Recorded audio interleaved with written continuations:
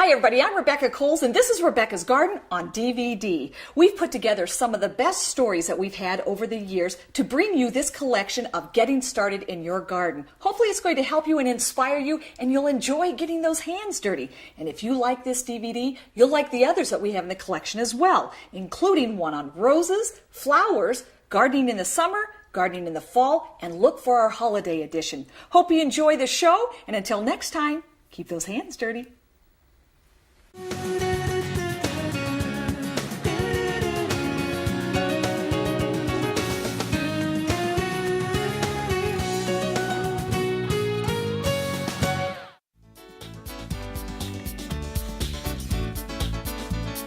If you've ever tried growing your own seeds, you know what a pain it can be. It's a major babysitting job. If you miss one day of watering, it's all for naught. So that led us to develop this seed starting system. And I gotta tell you, this is a great system because it requires hardly any effort for you. In fact, all you need to do is take a look at it every couple of weeks.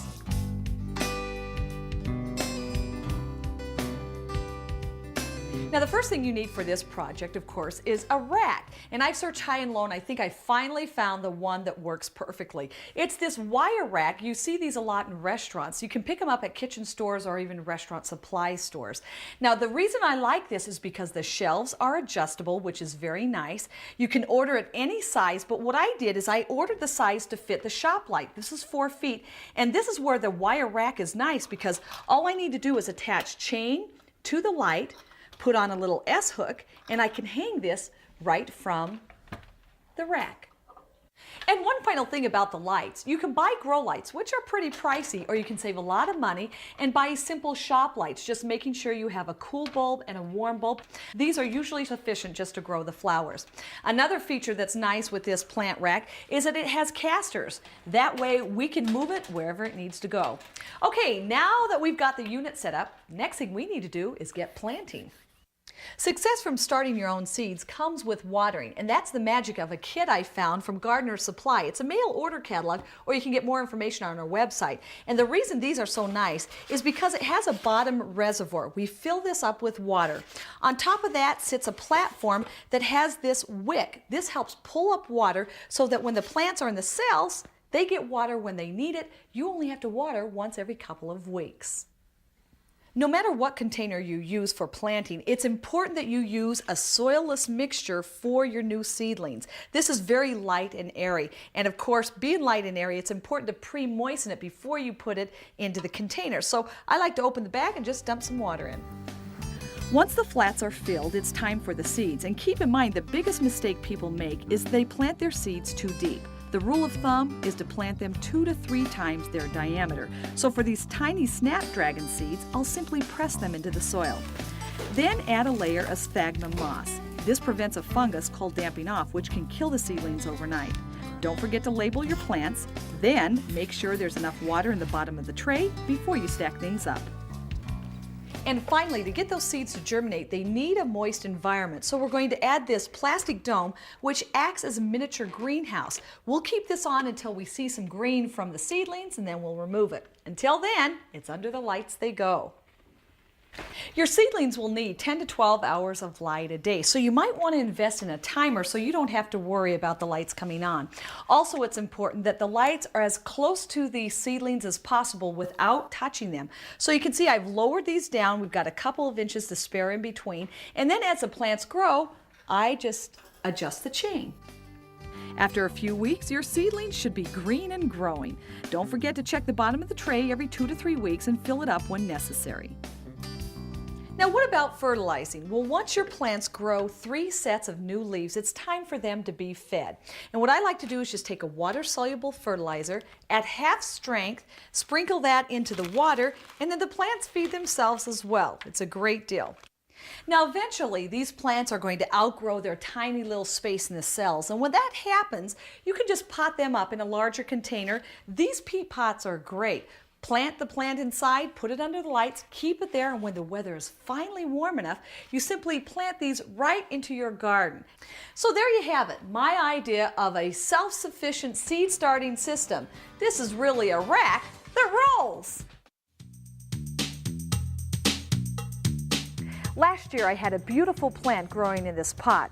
Sad story. The plant ended up getting some sort of disease and died. So the last thing I want to do this year is put a plant in the same pot, because you never know what kind of fungus or disease may still be in the pot. So it's always a good rule of thumb. Anytime you're going to reuse any pot, you sterilize it first. What you need to do is get a bucket, fill it up with water and bleach. The ratio is 1 part bleach to 9 parts water. Now what you want to do is take the pot and just dunk it into the water. You'll need a scrub brush to get rid of all the soiled areas, and in some cases you may want to try a wire brush. Make sure you clean the inside as well as the outside. Okay, now this pot is clean. You can go ahead and rinse this under clear, clean water and let it sit for a couple of days. That way, if there's any chlorine left in the pot, it will evaporate in that time. Now, if you find out you have some stubborn stains, like what's left over with the salt buildup and the chlorine solution doesn't get rid of it, then go ahead and take some distilled vinegar, scrub that on the side. It should remove the salt with no problem at all. Now, when you're ready to plant, don't use any of the soil you used last year. Throw that in the compost heap. Instead, start off with new soil that's been sterilized. You can pick it up at the garden center. Hopefully, these tips will keep your plants from biting the dust.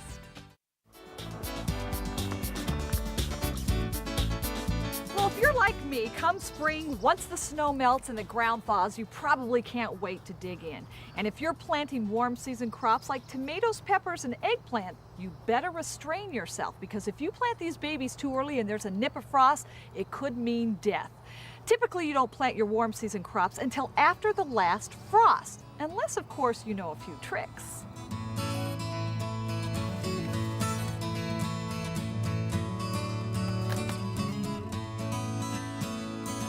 For these warm season crops, spring fever begins when the soil temperature is between 60 and 65 degrees. You can see mine's only at 50. If I were to put those plants in now, it would stress them out, it would set them back, which leads me to trick number 1. A layer of black plastic is the perfect way to heat up the soil. Use stakes to secure the corners, then about twice a week take the soil's temperature. The more sun you have, the quicker it will warm up to 60. Once the soil temperature is warm, we're ready to plant our warm season crops. Now I'm going to start with the tomato, and there are many different ways to plant a tomato, but here's a method my grandfather taught me. I've used it for years and it certainly works. I dig 2 holes. In one, I'll place the tomato, so I'll gently remove it from its container. It's got nice creamy white roots. That's a good sign. Gently tear the roots apart and place that in the hole like so. In the other hole, I'll place a small handful of fertilizer. I do it in separate holes. That way the fertilizer doesn't rest right against the roots of the tomato plant. Then cover it up. Now, frost is still in the forecast, and remember, 1 cold night is all it takes to bring these plants down. So that leads me to trick number 2. Here's a product that I've been using for many years with great success. It's called Wall of Waters. It's like a plastic tent. What you need to do is get a large bucket, invert it and place it over your plant, then take the Wall of Waters and place that around the bucket. Then you can see there's these little tiny pockets on the side. We'll fill these with water, and then I'll show you how this works.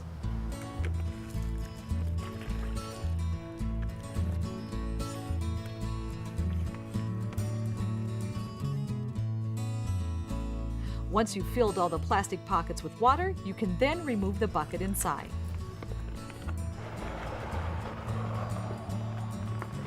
See, isn't that cool? Now what we've done here is created this miniature greenhouse. During the day, the sun heats up the water.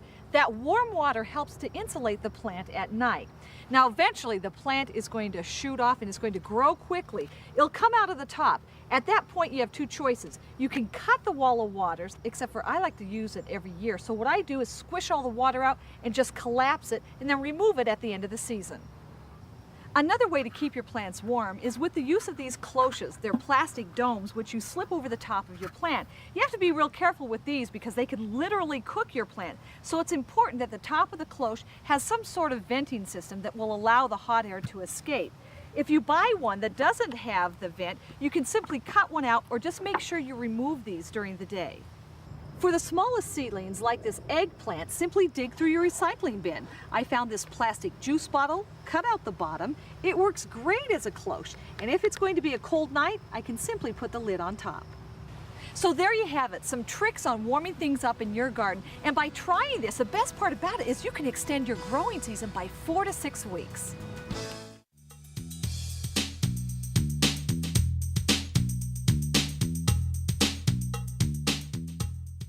Early spring, when temperatures start warming up, if you're like me, you probably can't wait to get in there and dig in. But hold your horses, because too much haste can lead to some serious garden waste. So I thought I'd give you some tips on early spring garden care. First of all, let's talk about the bulbs. They're the first things that come up. If you have mulch around the bulbs, you can go ahead and pull it away from the bulbs, but leave it there, because you never know when a frosty night might threaten the bulbs. That way, you've got the mulch, we can easily cover them. Now, if you've had a problem with deer, which I always have a problem with, I have found, and this is very unscientific, that deer don't like anything that smells. So I put cocoa bean mulch down around my bulbs. The deer seem to stay away. It works. You may want to try it. Now for your perennials, leave the mulch on as long as possible. You want to wait until they're actively growing, and once temperatures are above the freezing point, you can slowly start removing it. The beauty of ornamental grass is year-round interest, especially in the winter, but come spring, it's not so pretty anymore. It's real important that we cut this down. Typically, you want to cut it down leaving 6 inches or cut it just above the green growth. Speaking of pruning, early spring is an excellent time to prune your apple trees. What you want to do is get rid of all the dead limbs, any of the little suckers, or any branch that seems to be rubbing against another branch, because that rub will open the tree up to disease. And finally, you definitely don't want to cut your spring blooming shrubs like your azaleas, spirea, or even your lilacs. You cut them now, and you've just cut off this year's blossoms. If you've been growing the same vegetables and flowers year after year, you may want to check out some of the new and improved varieties available this year. Here's a perfect example. This is Bacopa. It's been around for a couple of years, but this new variety, Snowflake, is expected to be a proven winner. The blooms are a little larger, and we're going to see a lot more flowers out of this compact plant. It likes lots of sunshine. Now, if you love verbena, you'll really like the new varieties available this year, Tamari and Tapion. What makes these different is that the blooms are larger and there's a lot more of them. These are great for window boxes and hanging baskets. Now, straw flowers have been around for centuries, but not this new variety called Golden Beauty. It's much more compact. You'll see tons of blooms all season long, and it's a great plant for hot and dry conditions. In the seed category, two new and very popular vegetables are red corn and yellow carrots. No, your eyes aren't deceiving you. Because these seeds are so new, the only way you can get them is by ordering them through the Burpee catalog. Now, one new vegetable that is available at the garden centers is Swiss chard. And take a look at this. It's called Bright Lights. Not only does it look great, but it's edible as well. The top greens can be steamed like spinach, and the bottom stalks can be sautéed like asparagus. And the best part, this plant will continue on growing with beautiful color right into the fall season. So keep in mind, when you're planting your garden this year, be a little creative, if not daring. You'll be glad you did.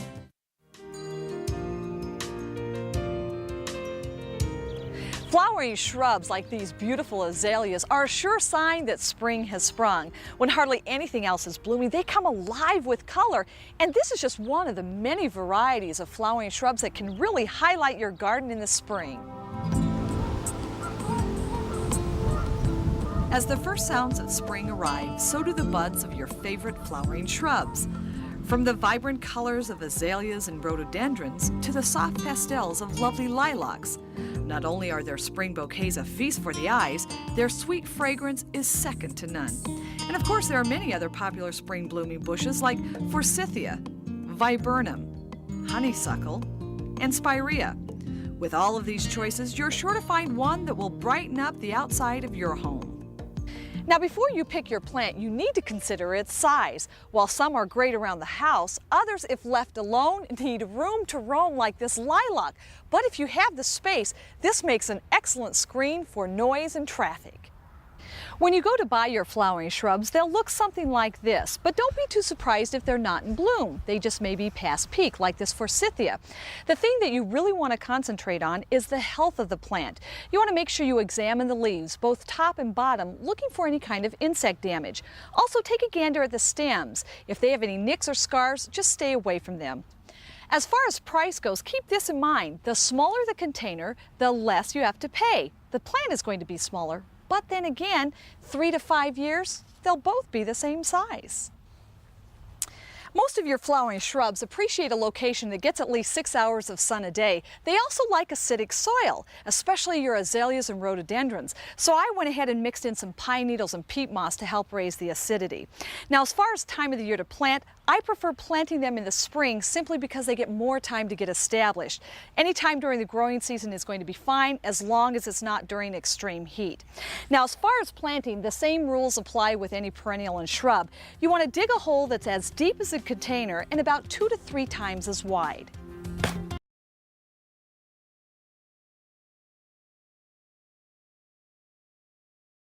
Once you've dug the hole, gently remove the plant from its container, and in most cases you'll notice that the roots will be either root bound or all matted. So it's important to loosen them up. You can do that simply by scoring the roots.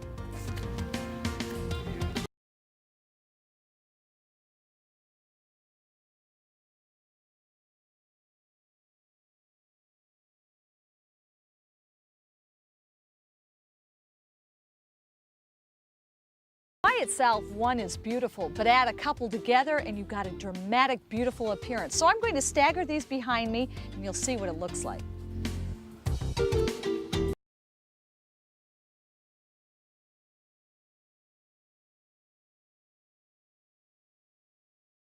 There you have it. Now just keep your plants well watered. I'm not going to worry about fertilizing since the soil's already amended, but maybe next year and the years after that I'll come through with a light side dressing of fertilizer. Now notice how I planted these close together. I kind of broke the rules, but I did that because I want this corner to lighten up every spring. So in order to keep them healthy and well maintained, I need to cut them back every year. Now, once your shrubs start growing, you can let them go or you can keep them in check by pruning. However, you must be prudent with your pruning because if you wait too long, you'll cut off next year's heads. So what you want to do is once the flowers have faded, like on this rhodie, you have 6 weeks to get in there and do your pruning. You can take off a little just to shape it up, but never take off more than 1/3. Hopefully by following these rules, you'll have beautiful flowering shrubs that you can enjoy for years to come.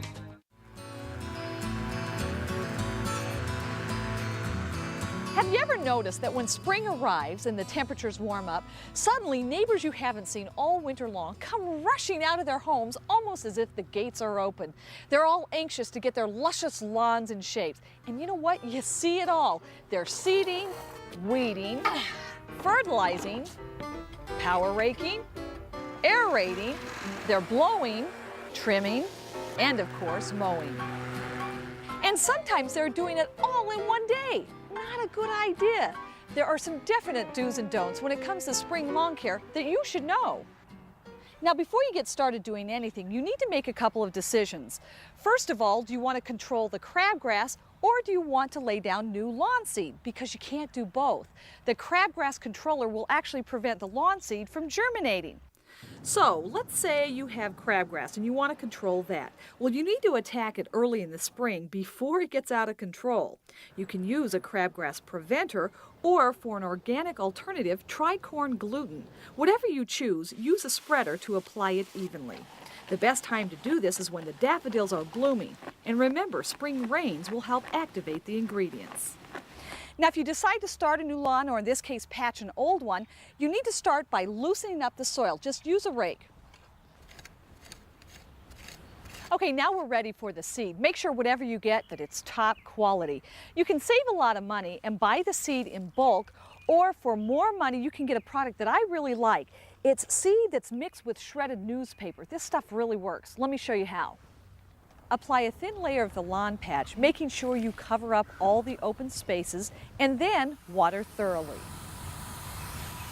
Now, whether you use the lawn patch or the seed, it's real important that you keep your new bed moist at all times until the seed germinates, which in some cases may take up to 3 weeks. And also, you don't want to mow the grass until it reaches a height of 4 inches. And speaking of mowing, before you take your machine to the turf, it's real important to get it cleaned up and ready for the season. Start by flipping the mower over. You'll want to give the underside a good spring cleaning, and in some cases you may have to pull out a chisel to remove some of the junk. It's also a good idea to keep your blade sharpened. In fact, 3 sharpenings a season will do the trick. Otherwise, your grass will get split ends. Don't you hate when that happens? When you do mow, don't cut off more than 1/3 of the grass at one time, and keep the height about 2.5 to 3 inches. Also, change your mowing pattern. This helps prevent soil compaction, which inhibits the growth of grass.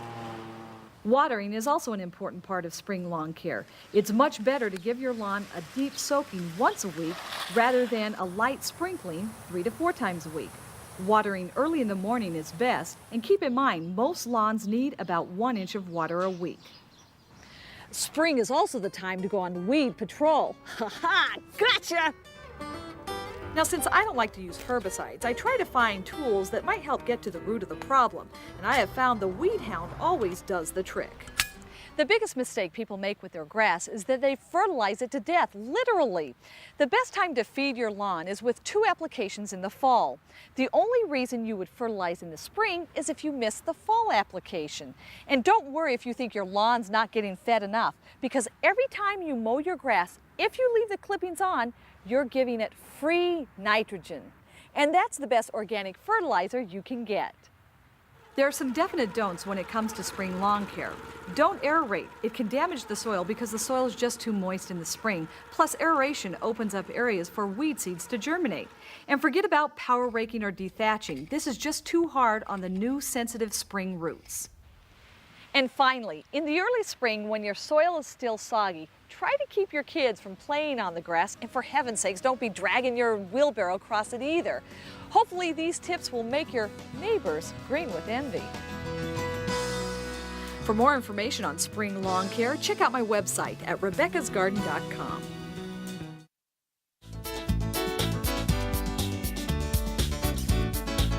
When spring arrives, I can't wait to head to the garden center to see what's blooming, and it's always the annuals that catch my eye. They can quickly transform a bare patch of soil into a glorious garden, and unlike perennials, annuals give color all summer long. They are the flowers that you must plant every year. Seems like a lot of work? Not when you see your return. Annuals are the plants that steal the show. No matter your soil or sun, annuals are the answer for lush blooms that keep the garden alive with a dazzling display of color. Whatever size or shape you need, there's definitely an annual ready to fit the bill. Now, your annuals can be divided in 2 different categories. We have the cool season and the warm season. The cool season flowers can go into the ground once you can work it and typically will withstand a frost or 2. They include your pansies, violas, alyssum, which smells so sweet, and of course the snapdragons. And the best part about the cool season flowers, they give us that first burst of color in the spring. We can shave them down in the summer, and then they'll rebloom with full delicious color in the fall. Another popular cool season annual is the silvery dusty miller. Its foliage makes a striking display when planted next to brightly colored flowers. Larkspur, with its delicate spikes of flowers in pastel shades, also grows well in cooler conditions. And remember, forget-me-nots. They offer blue mounds of color in the garden, started once from seed, and they'll reseed themselves year after year. The second category is the warm season annuals. These are the plants that like the hot weather, and they will not do well if it gets too cold, so you want to wait until after your last frost before you put them in the ground. They include geraniums, marigolds, petunias. These are great for sunshine, but if you have shade, you can't go wrong with beautiful begonias. And then there's the impatiens. They offer great spots of color, from the New Guinea impatiens to the double flowering. Other warm season annuals that come alive with color in the heat of summer include Nicotiana, also known as flowering tobacco, which perfumes the air. Or how about salvia, which offers a variety of colorful blooms. If you're looking for texture, try celosia. Or how about some of Grandma's favorites, like zinnias and cosmos? To ensure that you get healthy plants, make sure you use a little common sense when you buy them. If you notice holes in the leaves, you might want to stay away from those. It may mean that there's an insect problem. Also, compare plants. You've got a tall, skinny one here, a short, stocky one. go for the short stocky one. This one is growing out of its pot. It's a little more stressed. As far as blooms go, I know you're going to want to reach for the ones with the most flowers. However, you're really better off if you go for those that haven't opened up yet. These are younger plants, and it means that they'll transplant easier into your garden with less shock. Now remember, even if you don't have space for a garden, annuals look great on a patio or deck, in a container, or in a hanging basket. This is fuchsia, and it's great for shade. Bacopa, lobelia, or any of the wave petunias will send a cascade of color over the edge of any pot or basket. And if you want annuals that grow up, morning glories, sweet peas, or mandevilla love to travel on a trellis. Now, it doesn't take much to keep your annuals looking beautiful all summer long. Make sure you keep them watered, and don't forget to feed them about every 3 weeks. I like to use a water-soluble fertilizer. And finally, it's real important that you pinch off the spent blooms. That way, it will continue providing you with color all summer long, right into fall.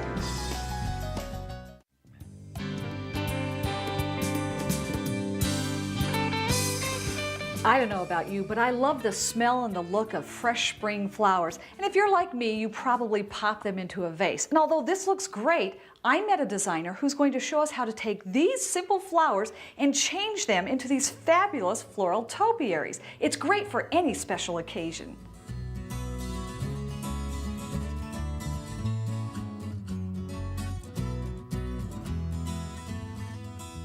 Ironically, I met Peggy Pribble while I was out shopping for flowers. She's the one that turned me on to these great topiaries.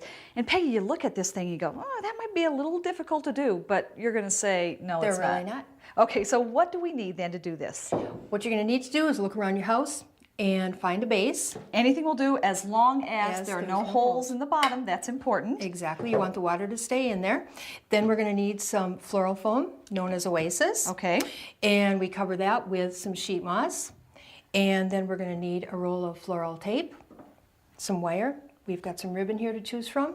And we're ready to go. We're ready to go. Okay, so let's pick out a container. Okay. You can show me. I'll do this one. And I'll take this one. Okay. Okay, here we have our containers. Now, we're going to take our Oasis floral foam. Okay. And we're going to fit that snug into the container.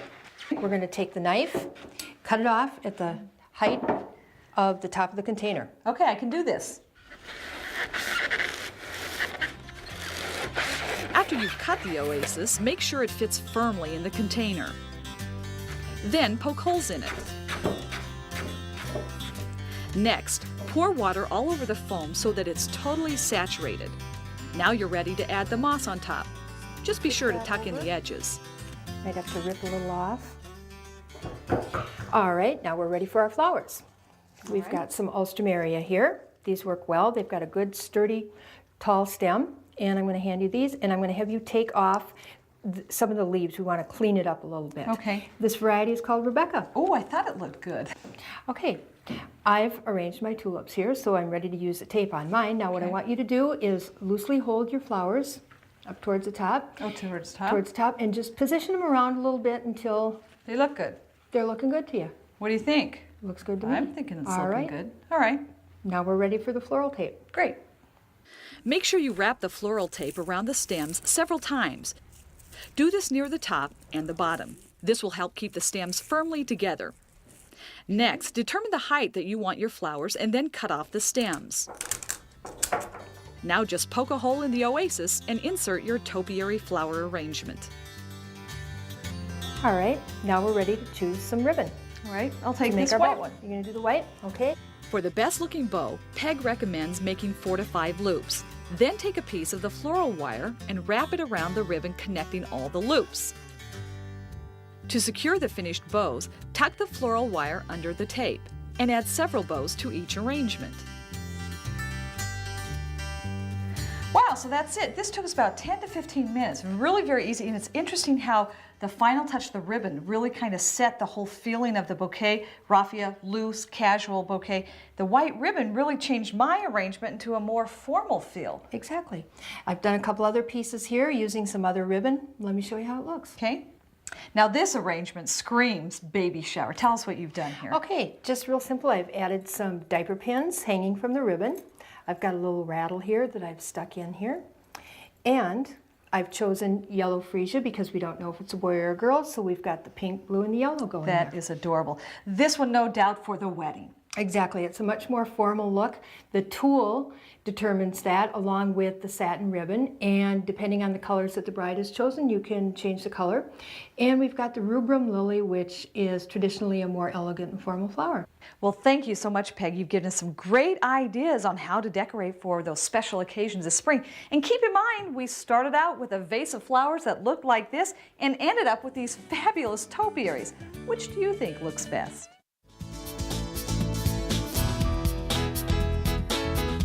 When we talk about planting bulbs, usually it's in the fall. However, there are some bulbs that you can plant late spring. They're called summer bulbs, and the exotic blooms they can add to your garden will give you fire and spark unlike anything you've seen before. In the dog days of summer, when a lot of plants are beaten down by the hot sun, we find these beauties just hitting their stride. It can be hard to choose between the beautiful dahlias, gladiolas, cannas, caladiums, and the tuberous begonias. But once you've figured out what you're going to plant, the rest is really a piece of cake. Although they're called summer bulbs, they're really broken into several different categories. For instance, we have what's called the rhizome. These are underground horizontal stems that produce the beautiful canna. Caladium and begonias come from what's called tubers. They kind of look like swollen smash bulbs with roots. Then we have the tuberous root. From these we get the dahlias. And then there are the corms. They kind of look like a smash bulb. These produce the glorious gladiolas. Now it's important to know the category since the planting technique for each flower is different, especially with the dahlias. Now what I've done for them is dug a hole that's about 6 inches deep. Now I'm going to make a mound in the center of the hole, and that's going to be about 2 inches tall.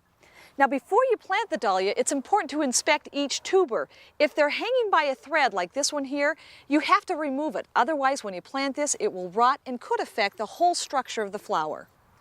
So get out the pruners and remove any suspicious looking roots. Then drape the roots over the mound in the hole. Okay, now once that's in place, it's time to stake the dahlia. It seems a little early, but we're going to do it now because we don't want to injure any of the tubers later as they begin to grow. So we'll put the stake in as close to the stem as possible, then we're ready to cover it up. Now I filled the hole halfway full. The next step is to take some bulb food, just sprinkle that over the top. This will give the bulb its little boost to get growing, and then we'll add another inch of soil around that. And in no time, these beauties will give you blooms sometimes the size of dinner plates. Now, if you prefer things on a smaller scale but still want to enjoy those hot, bold colors, how about growing caladiums for their vibrant foliage? Or begonias. These plants have provided generations with rich colors that look good enough to eat. Now, the biggest challenge you're going to have when it comes time to plant the tubers is trying to figure out which way you plant them. Well, with the caladium, it's easy. Just look for the flattened area. You want to make sure you put that down into the hole facing the soil. With the tuberous begonias, well, if they have the stems, you know you want to plant those facing up. Otherwise, just make sure the concave area is looking up at you when you plant them. In any case, both of these are buried 2 to 3 inches below the soil surface. And keep in mind, these tubers like the shade. Corms are planted just like you would the fall bulb. First of all, you want to find the points. Those go into the ground looking up at you. We'll plant these about 4 inches deep.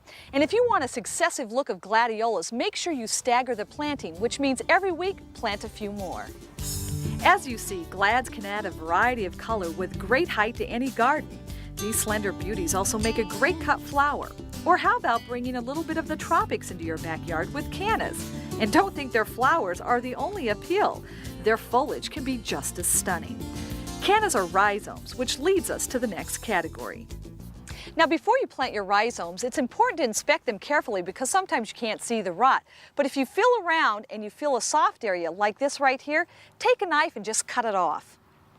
Now, the rhizomes can be planted really any direction, but if there is a bend in the rhizome like this one here, make sure you have the points closest to the soil surface. When you plant them, the hole is going to be very shallow. In fact, I've dug it out, it's about 1.5 to 2 inches deep. Just place the rhizome in the hole, cover it up with soil, and then we're going to scratch in a little fertilizer to give it a boost. And then with all the bulbs, you want to make sure you keep them watered throughout the summer and make sure you scratch into fertilizer once a month. And keep in mind, these are summer bulbs, which means they don't like the cold weather. So come fall, when frost is in the air, you're going to have to dig these up, store them, and you can use them again next year. If you have a passion for purple, pay particular attention because we've picked plants perfect for producing a garden pretty in purple. Try saying that 5 times. If you have a passion for purple, then pay attention because We picked the perfect plants for paralleling what? Pay particular attention. to produce a purple people. purple passion people. Okay, enough playing around. Now let's get serious. We're going to start with one of my favorites. Take a look at this beautiful Korean standard lilac. It's filled with petite flowers that perfume the air. The canopy is a perfect complement for the purple tulips below. And purple never tasted so good. That is if you're growing chives. These pastel blooms are not only pretty, but they're perfect for the palate. Try these in your soups, salads, or when making herbal vinegars. Catmint is another popular purple herb, and of course there's lavender. Other shades of purple pleasers include bearded iris, alliums. These globes of purple florets bloom on tall, slender stems, offering eye-popping color. And don't forget about these purple prizes: centaurea, campanula, climbing clematis, and purple coneflower. And one final pointer, these plants are perennials, which make them perfect for pawning off to other people so they too can grow a pretty purple paradise. Whew, I'm glad that's over. I'm pooped.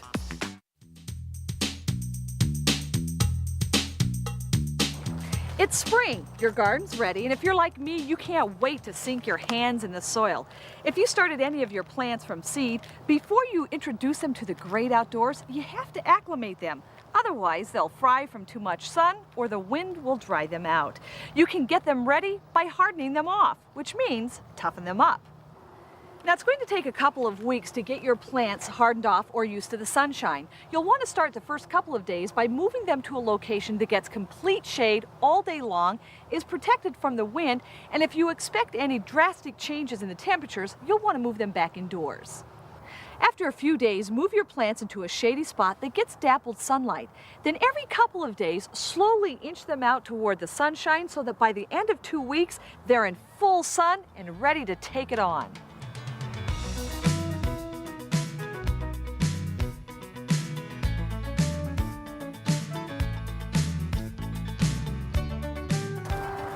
Okay, after this little exercise, your plants are now ready to sink their feet into the soil. When planting, the same rules apply. You want to dig a hole that's as deep as a container. Check out the root system. If the roots are all tangled at the bottom, you want to make sure you tease them apart, loosen them up. That way they'll spread their feet. Then just plant them as normal, keep them watered, keep them fed, and in no time, they're going to be reaching for the sun. Tulips are some of my favorite flowers, probably for various reasons. They're the first sure sign of spring, and they're the first splash of color we see after a long winter. Now, the blooms don't last that long, but boy, when they peak, they can be spectacular.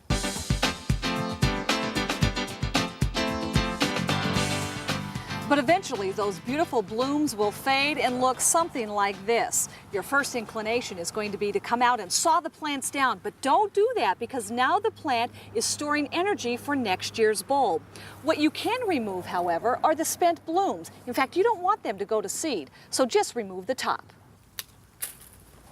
Now, if you want to remove the stem as well, you can. What you can't remove is the foliage, because that is what's sending energy down to next year's bulb. So you want to let it die back naturally. After a while, it's going to turn yellow and not look so good. If that's going to bother you, simply roll it up and secure it with a rubber band. Another way to conceal your bulbs is to plant perennials. While the foliage from your bulbs is dying down, the perennials are growing up. Another way to maintain the health of next year's bulb is to fertilize. You'll know it's time when the foliage starts turning from green to yellow. Simply scratch in an all-purpose fertilizer around the base of the flower. By following these easy tips, you'll be able to enjoy big, beautiful blooms again next spring.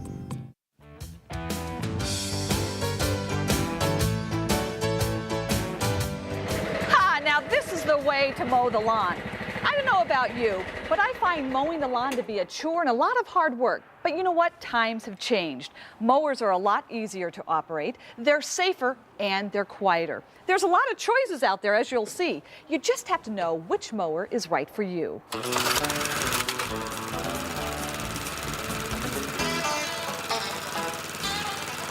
Lori Hadia is one of the lawnmower experts here at Home Depot. She has some great advice for those of you who might be in the market for a new mower. What's the first thing we need to do, Lori? Well, there's a lot of choices out there, so the first thing you want to do is just arm yourself with a good checklist on what your mowing needs will be. You want to think about the size of your lawn and whether you want to mulch or bag or do both. You want to think about if you've got any noise restrictions and who's going to be mowing. Do you have children that are going to be mowing? How much exercise do you want while you're mowing? And of course, there's always the cost. Oh, that's a big one. Okay, well, let's take a look at some of the options available. Great. Rebecca, this is your basic mower right here. This one does not have all the gizmos and gadgets a lot of lawnmowers have. It doesn't come with a bagger, but it does shoot the clippings right out the side here. It's not built to be a mulcher, but you can buy a mulching blade to convert it if you'd like. Now, what's the cost of this one?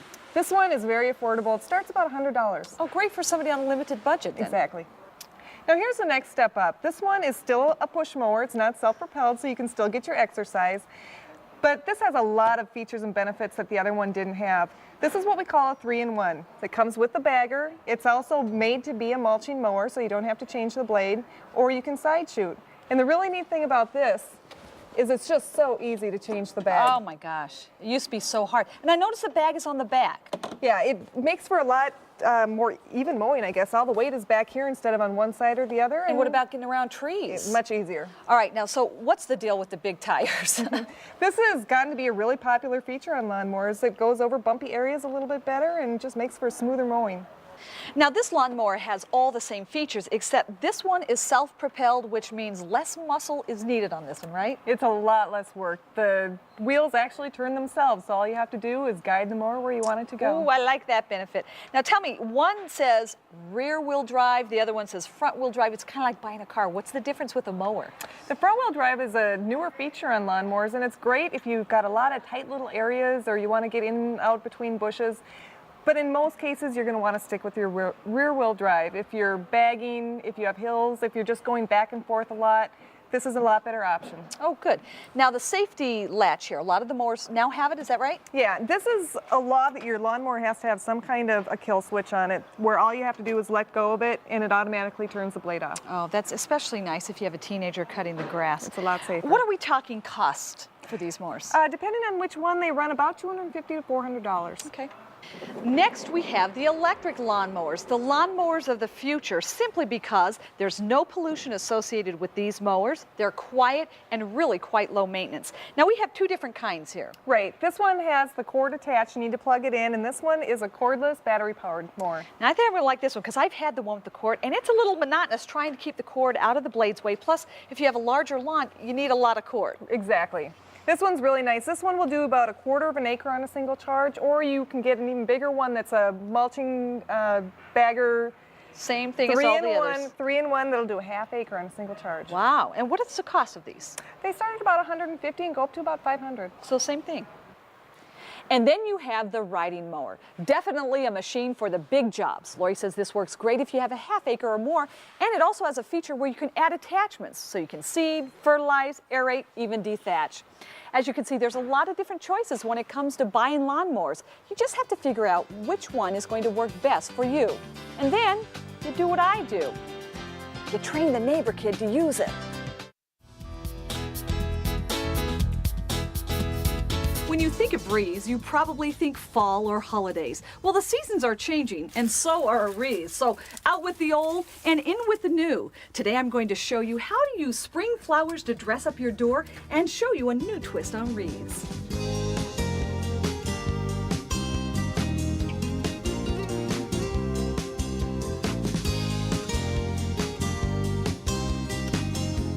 So as you can see, not all wreaths have to be round. In fact, use your imagination. I'm going to show you how you can start by making this one here. It's a very nice wild look, and a lot of the materials you may already have, and some of it might be growing in your own backyard.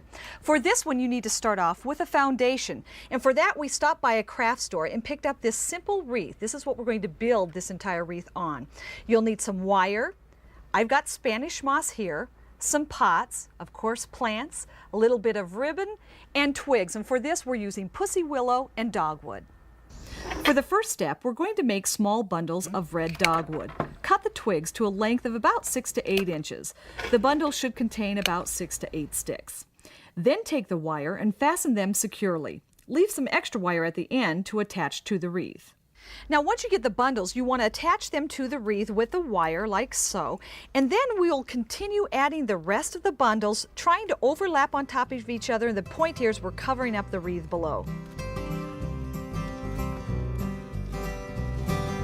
Now for the next step, we want to create this vertical line here. In order to do that, you need to get yourself some pussy willow, bundle it together, we'll attach it with wire at the top, and then simply braid the branches together.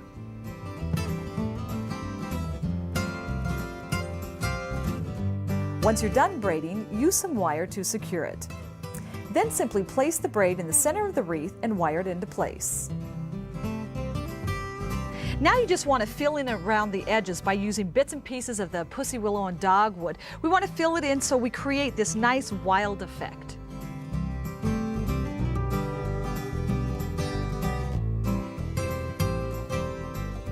Once you're done nipping and tucking, then you need to add the flowers. And for that step, I took a plain terracotta pot. I made mine look distressed by adding some paint. You could leave it plain. Added some ribbon, tied a knot in it, and then I'll place the ribbon right around the top. Okay, so there you have it, a nice touch of spring right at your doorstep. This next project is as easy as digging through your recycling bin. What we're looking for is cans, like your soup cans, bean cans, whatever can you have. You can see I've drilled holes on the bottom and then 2 holes on the side. What you want to do is place a plant on the inside, take some wire, attach that, that's going to be the handle. And then, once again, take a bundle of sticks like I've done here. We've attached them with wire, made this little hanger, and then once the cans are planted, put them on the wire, and there you have it, an adorable, reusable, recyclable swag.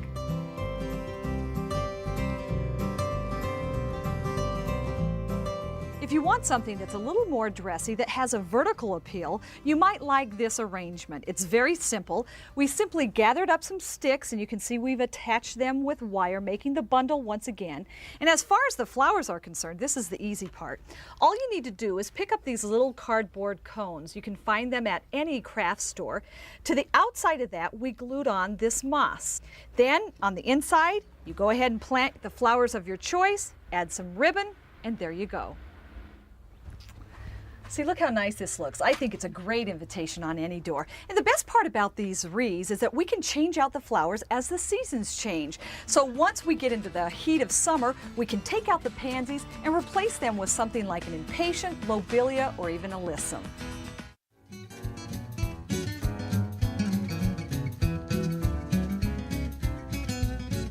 Like most kids, I grew up saying yuck to eggplant, but it seems like today, everywhere you turn, people are tantalizing their taste buds with this tropical vegetable. Now, if you go to the grocery store, this is probably what you'll find. But if you choose to grow your own, I think you'll be surprised to find so many different varieties of eggplant available in different shapes, colors, and sizes. They're dark purple, they're white, they're even striped. From long and thin to short and round, there are now over 80 different varieties of eggplant. The flavors vary depending on the variety. Some can be a tad bitter, but the long and slender Asian types are more mild tasting, and the white eggplant is the sweetest of all. No matter which variety you choose, planting is the same. Now you have 2 choices. You can buy transplants from a garden center, or you can start your own from seed, and that way you'll have more varieties to choose from. Just be sure you plant them about 6 to 8 weeks before you're going to plant them outdoors. So when is a safe time to plant them outdoors? After all threats of frost. Remember, these are tropical plants. They like warm conditions.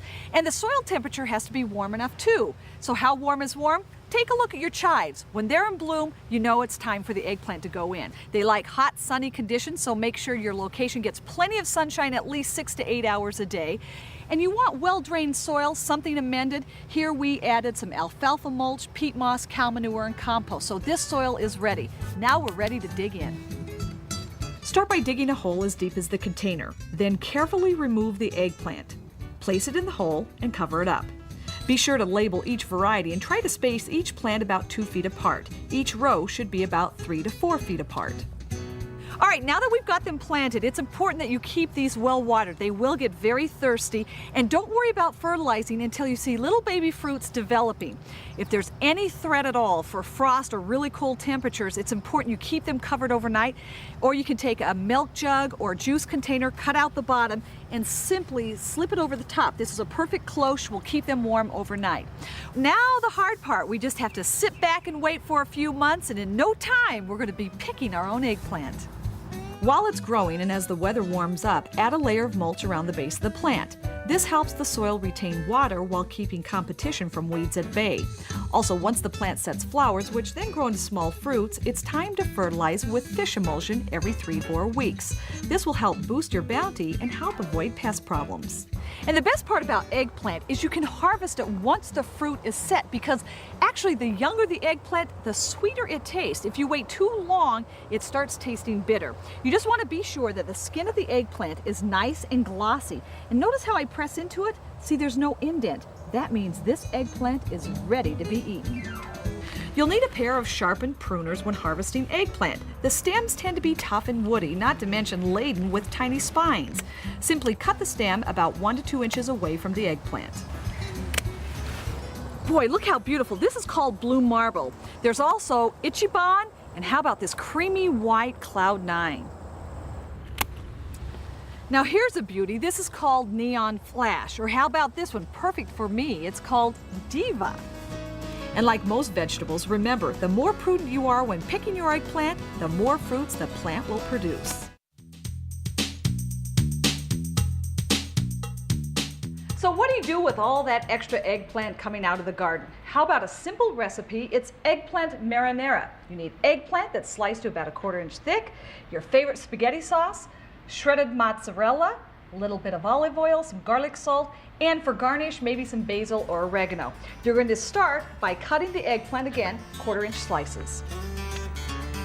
After slicing the eggplant, lay it out on a baking sheet and brush on some olive oil. Then sprinkle with some garlic salt. Flip the eggplant over and do the same thing to the other side. Let this sit for about 10 to 15 minutes. The eggplant will soak up the oil and the salt will help take away the bitterness. At this point, we want to place the eggplant either on a grill or under a broiler just long enough to get it charred just a bit so it looks something like this. Then we're going to spoon the spaghetti sauce right on the top of each slice of eggplant.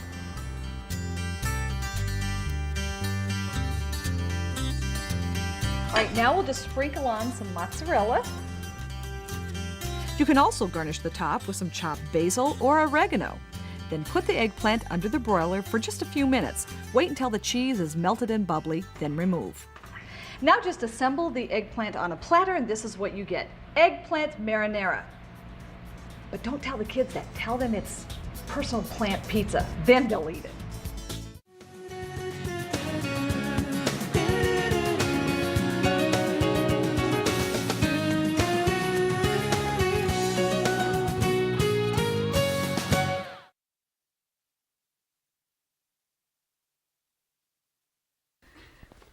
Whew, that was a lot of information. Hope you got all that down, and I want to see those hands. Well, like I said, if you've enjoyed this DVD, be sure to look for the others. I'm Rebecca Coles. Until next time, keep those little hands dirty.